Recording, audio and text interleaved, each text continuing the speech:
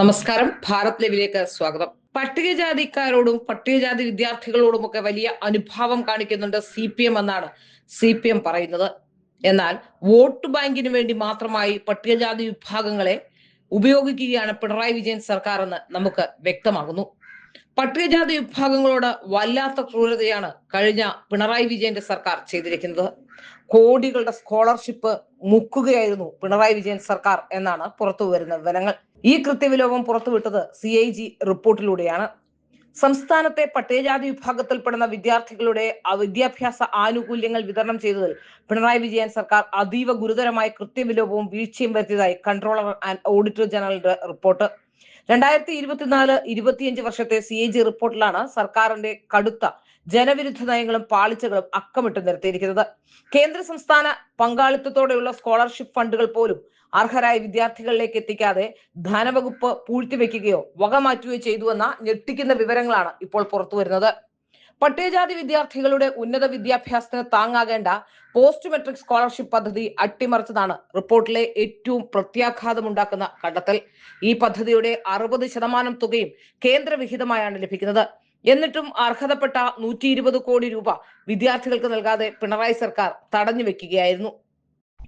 വർഷങ്ങളായി തുടരുന്ന ഈ കൃത്യവിലോപം വ്യക്തമാക്കാൻ CAG റിപ്പോർട്ടിൽ തന്നെ കൃത്യമായ കണക്കുകൾ നൽകിയിട്ടുണ്ട്. 2022-23 സാമ്പത്തിക വർഷം സംസ്ഥാനത്തെ ബജറ്റിൽ പട്ടികജാതി വിദ്യാർത്ഥികളുടെ സ്കോളർഷിപ്പിനായി 162 കോടി രൂപയാണ് വിലയിരുത്തിയത്. എന്നാൽ സർക്കാർ യഥാർത്ഥത്തിൽ ചെലവഴിച്ചത് വെറും 41.5 കോടി രൂപ മാത്രമാണ്. ബാക്കി വൻതുക അർഹരിലേക്ക് എത്തിച്ചതേയില്ല. 2004-2005 സാമ്പത്തിക വർഷം ഇതേ വഞ്ചന ആവർത്തിച്ചു. പട്ടികജാതി വിദ്യാർത്ഥികളുടെ വിദ്യാഭ്യാസ സഹായത്തിനായി ബജറ്റിൽ 230 കോടി രൂപ മാറ്റിവെച്ചെങ്കിലും ചെലവഴിച്ചത് വെറും 79.45 കോടി രൂപ മാത്രം. 180.55 കോടി രൂപയാണ് ഇത്തവണ സർക്കാർ നൽകാതെ പിൻവലിച്ചത്. പിണറായി വിജയൻ സർക്കാരും അന്നത്തെ ധനമന്ത്രി KN ബാലഗോപാലും കാണിച്ച ഈ അനാസ്ഥ കാരണം ആയിരക്കണക്കിന് പിന്നോക്ക വിഭാഗക്കാരായ വിദ്യാർത്ഥികളുടെ പഠനമാണ് പ്രതിസന്ധിയിലായത്. സംസ്ഥാനത്തെ കടുത്ത സാമ്പത്തിക പ്രതിസന്ധി മറച്ചുവെക്കാൻ പാവപ്പെട്ട വിദ്യാർത്ഥികളുടെ ആനുകൂല്യങ്ങൾ ബലി നൽകുകയായിരുന്നു എന്നാണ് CAG റിപ്പോർട്ട് നൽകുന്ന സൂചന. കിഫ്ബിയും സോഷ്യൽ സെക്യൂരിറ്റി പെൻഷൻ കമ്പനിയും സംസ്ഥാനത്തിനുമേൽ വരുത്തി വെച്ചിരിക്കുന്നത് താങ്ങാനാവാത്ത ബാധ്യതകൾ തന്നെയാണ്. ബജറ്റിന് പുറത്തുള്ള കടമെടുപ്പ് അഥവാ ഓഫ് ബജറ്റ് കടബാധ്യത മാത്രം 39,230 കോടി രൂപയായി ഉയർന്നുവെന്ന് റിപ്പോർട്ട് മുന്നറിയിപ്പ് നൽകുന്നുണ്ട്. കൂടാതെ സംസ്ഥാനത്തിന് നിലവിൽ 3,511 കോടി രൂപയുടെ മറ്റു കുടിശ്ശിക ബാധ്യതകളുമുണ്ട്. സർക്കാരിന്റെ സാമ്പത്തിക തകർച്ച മറച്ചുവെക്കാൻ മുഖ്യമന്ത്രിയുടെ ദുരിതാശ്വാസ നിധിയിൽ നിന്ന് പോലും തുക ക്രമരഹിതമായി വകമാറ്റിയിട്ടുണ്ട്. ദുരിതാശ്വാസ നിധിയിൽപ്പെട്ട 262.06 കോടി രൂപ സംസ്ഥാനത്തെ സഞ്ചിത നിധിയിലേക്ക് മാറ്റിയതായാണ് കണ്ടെത്തൽ. സർക്കാരിന്റെ റവന്യൂ കമ്മിയും ധനക്കമ്മിയും കുറച്ചു കാണിച്ച് പൊതുസമൂഹത്തെയും റേറ്റിംഗ് ഏജൻസികളെയും പറ്റിക്കാനാണ് ഈ വഴിവിട്ട നീക്കം നടത്തുന്നത്.